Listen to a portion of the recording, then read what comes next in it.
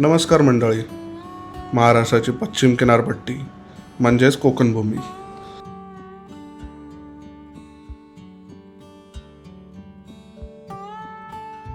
याच कोकणातील निसर्गाचं देणं लाभलेलं सुंदर गाव म्हणजेच गुहागर.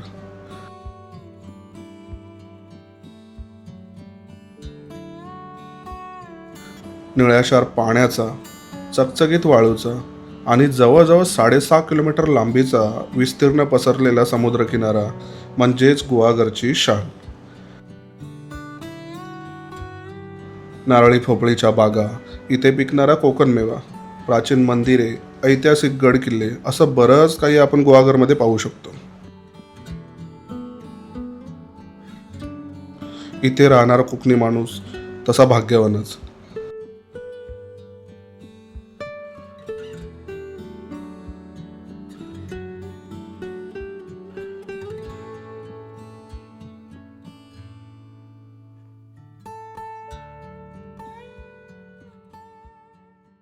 नमस्कार मित्रांनो, स्वागत आहे तुमचं आपल्या यूट्यूब चॅनलमध्ये. आणि आज आम्ही आहे गुहागरमध्ये. गुहागर बोलू शकत नाही, गुहागरच्या आधी आहे मी 15 किलोमीटर प्रसादच्या गावी आलेलो, तुम्ही मागच्या ब्लॉगमध्ये बघितलं आहे. तर हा आपला दुसरा ब्लॉग आहे आजचा. आणि आज आपण एक्सप्लोअर करणार आहे गुहागर. तर आता आम्ही प्रसादच्या इथून निघालो आहे, वाजल्यात 11:30. इथे आता थोडंसं पेट्रोलचा इश्यू चालू आहे, पण ठीक आहे, आम्हाला भेटून जाईल. तर पेट्रोल भरणार आहे आता आणि मग इथून जाणार सर्व पुढे गुहागरला. आता गुहागरला इथे काय फेमस आहे तर ते तुम्हाला बघण्यासाठी माझ्या या ब्लॉगमध्ये तुम्हाला सर्व पाहायला भेटेल. तर इथून आता सरळ सरळ निघतो आहे मी गुहागरसाठी. तर गुहागरला जायचं असेल ना तर पुण्यावरून येणाऱ्यांसाठी मला वाटतं तामिणी बेस्ट आहे. आणि तामिणीवरून तुम्ही माणगावमध्ये याल, माणगाववरून आपला मुंबई गोवा पकडून चिपळूणवरून तुम्हाला राईट आहे गुहागरसाठी. आणि मुंबईवरून येणाऱ्यांसाठी तर डायरेक्ट मुंबई गोवा महामार्ग. म्हणजे तुम्हाला कुठूनही आलं तरी मुंबई गोवाला यायचंच आहे आणि तिथून चिपळूणमध्ये येणार तुम्ही आणि चिपळूणवरून मग येऊ शकता. आता गुहागरमध्ये सर्वात पहिलं काय तर हे व्याडेश्वर मंदिर. गुहागर बस स्थानकासमोर असणारे हे प्राचीन व्याडेश्वर मंदिर कोकणचे निर्माते श्री परशुराम यांचे शिष्य व्याडेमुनी. बरं, या व्याडेमुनींनी हे देवालय बांधलं आणि पुढे वाडा बसवला, म्हणून याला व्याडेश्वर म्हटलं जातं. अशी एक कथा किंवा गोष्ट सांगितली जाते. ओ भाई. बरं, गुहागरमध्ये बेस्ट सीझन कोणता तर ऑक्टोबर ते फेब्रुवारी, पण तुम्ही मे पर्यंत पण जाऊ शकता. ऑक्टोबर ते फेब या काळात स्थलांतरित पक्षी इथे खूप साऱ्या प्रमाणात येतात. बरं, या बीचवर आल्यावर पहिली सुरूची झाडे दिसतात. स्वच्छ सुंदर परिसर एवढा भारी वाटतो ना की काय सांगू. बरं, आता तिथून हे मार्केट लागतं गुहागरचं.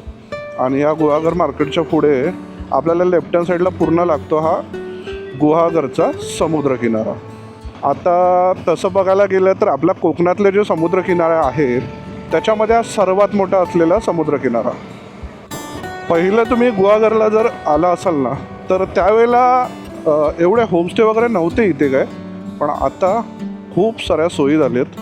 आत्ता जिकडे बघाल तिकडे होमस्टेची सोय दिसते सगळीकडे.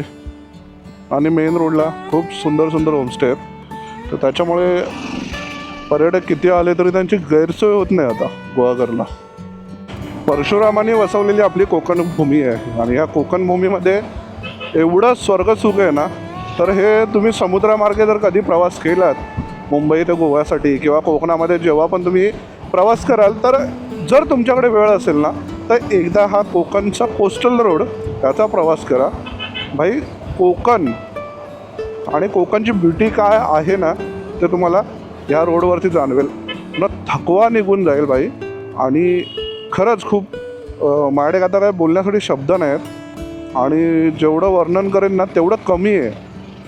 सध्या गुहागर म्हटलं ना मित्रांनो तर गुहागर हा व्हायरल किंवा ट्रेंडिंगला असणारा बीच आहे, गुहागर बीच.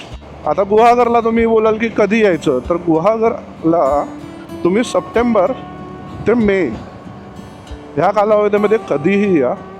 थंडावा आहे आणि नारळी फोपळीच्या बागा आणि सफेद वाळूचा बीच. बरं, गुहागरला एकच समुद्रकिनारा नाही आहे, तर खूप छोटे छोटे पुढेपर्यंत लागत गेलेले आहेत. जसं कोस्टलला तुम्ही पुढे पुढे जाता तसे खूप सारे समुद्रकिनारे आहेत.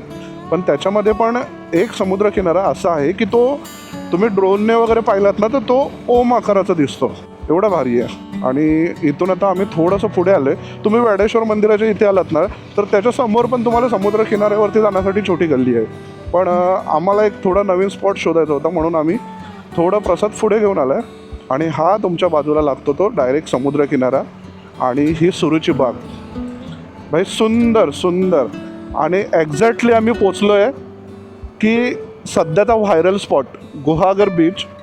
एवढा भारी आहे ना मित्रांनो, एक नंबर भाई, एक नंबर. आणि सुंदर क्लीन बीच आहे आणि सफेद सँडचा हा तुम्हाला दिसणारा बीच. ओ हो हो.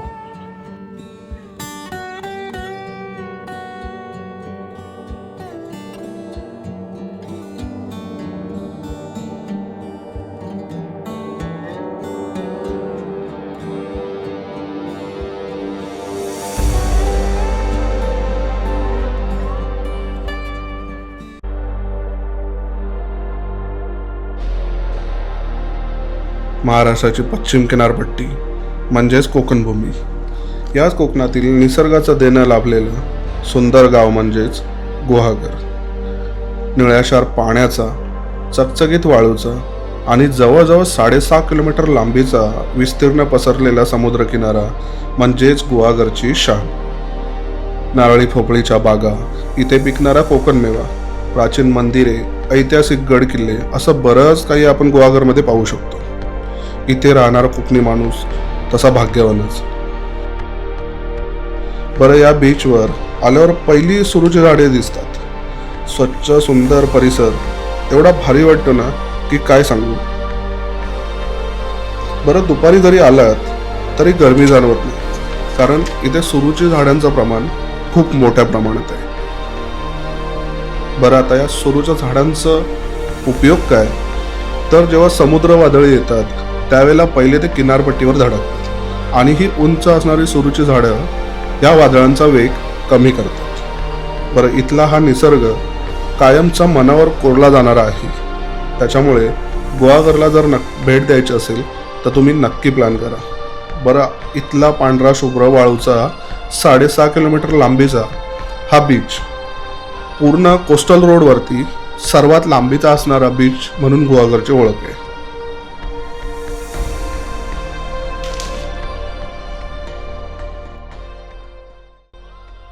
प्रसादने ड्रोन फ्लाय केला होता आणि त्याची बॅटरी डाऊन झाली. त्याला समजलं नाही बॅटरी संपली आहे आणि तो ड्रोन ऑटोमॅटिक आला.